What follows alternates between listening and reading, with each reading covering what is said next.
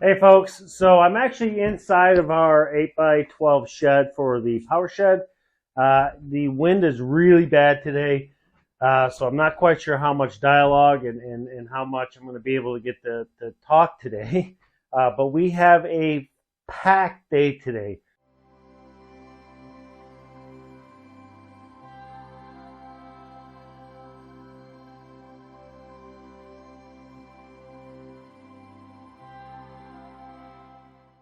What we need to do now is we need to jack the building up, and we're going to lay the building on 4x4s. We did get the 4x4s from our neighbor, so we're going to let those dry out for the next few hours, and then we're going to go ahead and make a mixture, and then we're going to get those boards treated. Once we have them treated, the next step again is to jack the building up. We're going to lay them across all of the floor joists. 12-footer on this side, 12-footer on this side, and an 8-footer in the center. And what that will allow us to do is get the building off of the cement footers where right now the water pools up and could potentially, would eventually damage and rot out the floor joist. So we don't want that to happen, so we've got to get the building up and onto those 4x4s. So we've got to get to work. I'm going to set up the camera and we'll listen to some music, and we're going to try to get as much as we can get done today. So.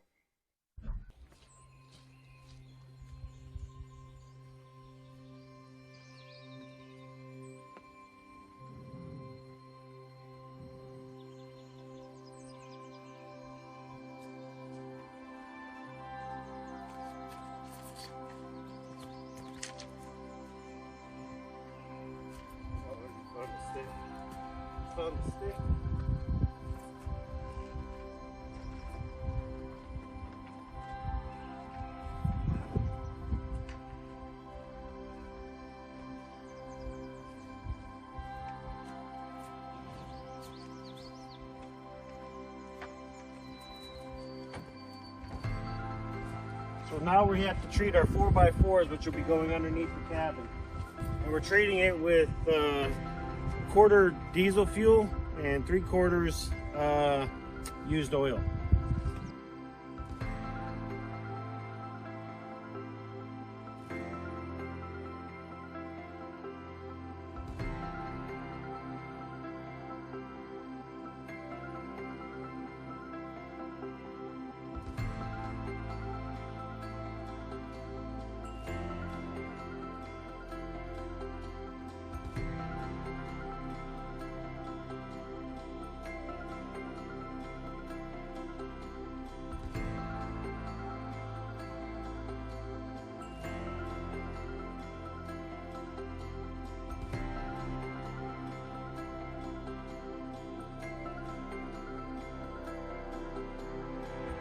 All right, so now that we have all of our siding up, the next step here is to cut the top off of this rafter, the siding. It's all that extra material that's up there. I got to get better with sheeting with plywood. Using the 4x8 sheets was great, but trying to put the pieces together, I struggled a little bit. I'm going to work on that on the next building. The roof is going to be pretty easy. It's 3 sheets of 4x8 and then just a few pieces up on the front. So I don't have a lot to practice there with, but yeah, I've got a little bit of patchwork to do. Not really patchwork, but I gotta make some adjustments here and there. But I mean, I'm pretty happy with it. You know, I mean, the building is definitely sound structurally, and once we get the building jacked up and we get the 4x4s underneath it on the piers, I'll feel a lot better as far as water.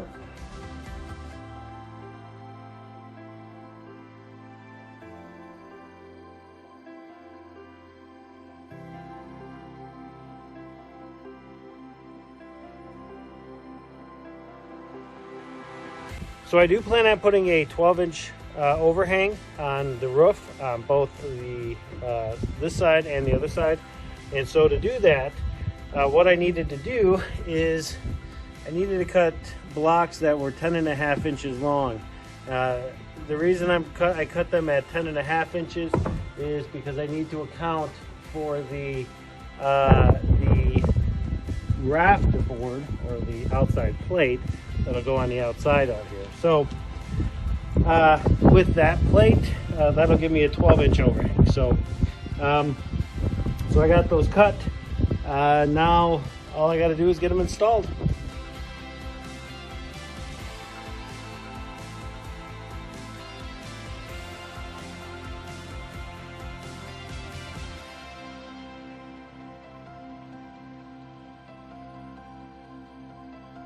Boy, has it been a windy day today. Man, I'll tell you, I can't, it's just, the wind is just crazy here. Well, I wanted to show you what we've done today because we got a lot of work done. Not a lot of video, but we got a lot of work done. And so I want to spend a few minutes and kind of show you guys what we did. First and foremost, all of these in between each of these rafters, we've got 2x6 boards up there. We're going to foam those, and then when we put a roof on, that keeps out all the weather and so forth outside. We also did the same back here. All of these here, we added those. Let's go outside. The big thing that we did, which again, I screwed up on, but easy fix for sure, was this. So my neighbor came over, we lifted the cabin, and we put our 4x4s underneath. I have one on this side, one on this side, and one in the middle. The reason this was important is it gets the floor and the building structure up off of the cement blocks that we put in. And it'll help with preventing them from rotting. So this beam here we did treat. The beam in the center we also treated, and then the one on the other side. In addition to that, we've got all of our plates on our roof. And so this roof is now ready for, well, sheeting. And we're going to get the sheeting done tomorrow. I'm pretty happy with the way it came out, and I gotta be honest, I didn't do all of this stuff just out of, you know, my own head. My neighbor came, and he is an incredible carpenter, and he really gave me a lot of information and tidbits on how to do this. So I am very pleased with it. We're certainly not done. So we've got most of the meticulous stuff done for the framing. Now we've got to put the roof on, and then we've got to wrap the house, and then wrap the roof as well. And then we get to put tin on, and that'll be exciting because then that'll mean that we are dried in for the most part. Next after that is going to be putting in our door. And last but certainly not least, cutting out our windows. So this is going to be a window here, and I got another window over here. So these are old RV windows that I pulled out of our neighbor had an old one, and he was getting rid of it, and so we pulled the windows out. We're going to have 2 windows in here. We're getting a lot done. It looks good. I cannot wait to show you guys the door because I think that whole process is going to be pretty amazing. All right, so that's it for today. I'm going to call it a night, pick it up tomorrow. I'm tired.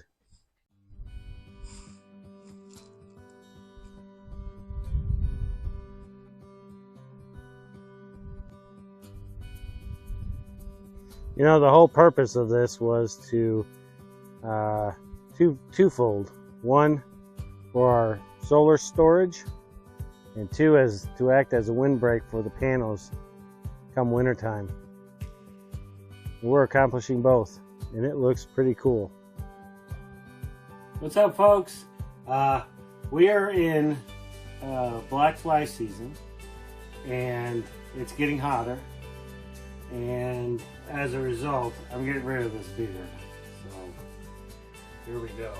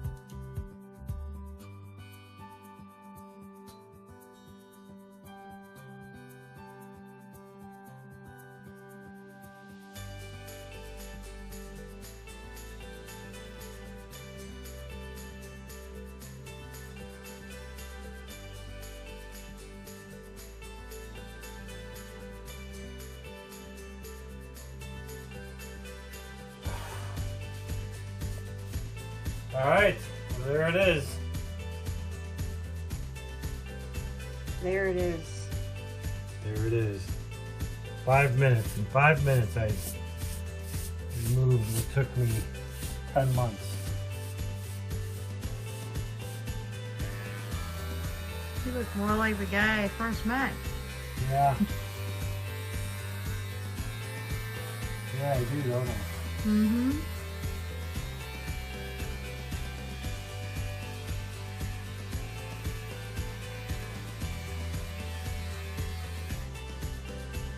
Well, there you have it. So the beard will come back every winter. During the summer, gotta stay cool. All right, folks. Thanks. We'll see ya. What you doing? Trying to do it new on the intro and exit for the video. Yeah. How's it coming along? I don't know if I like what I got. Yeah. Yeah. Keep working at it. I will. Okay.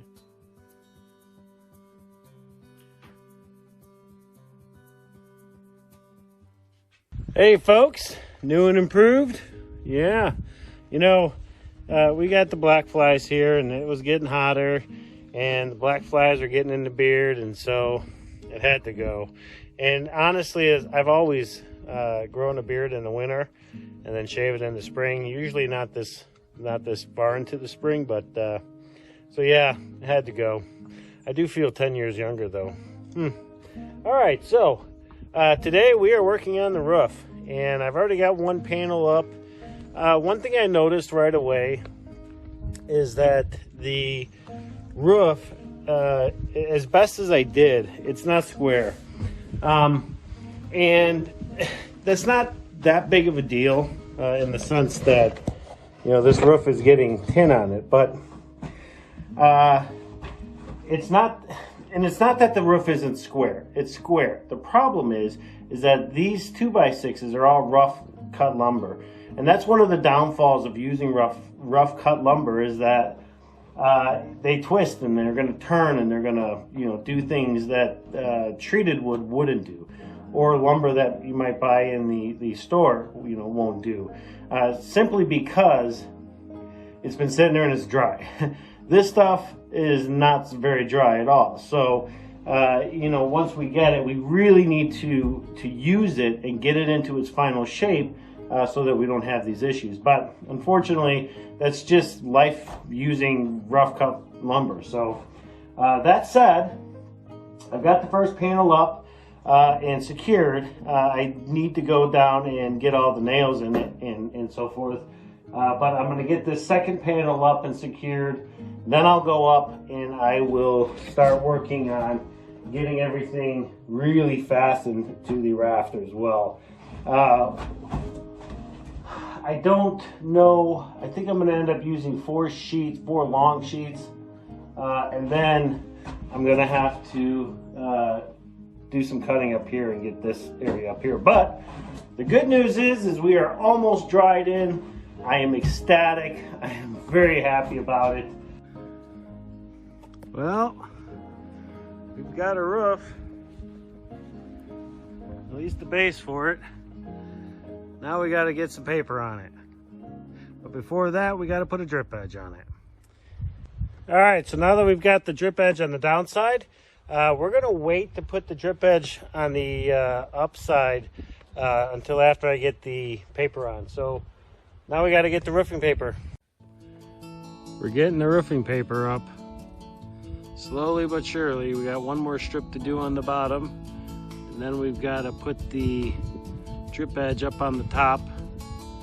And then we're going to go ahead and cut the sides, all that excess off.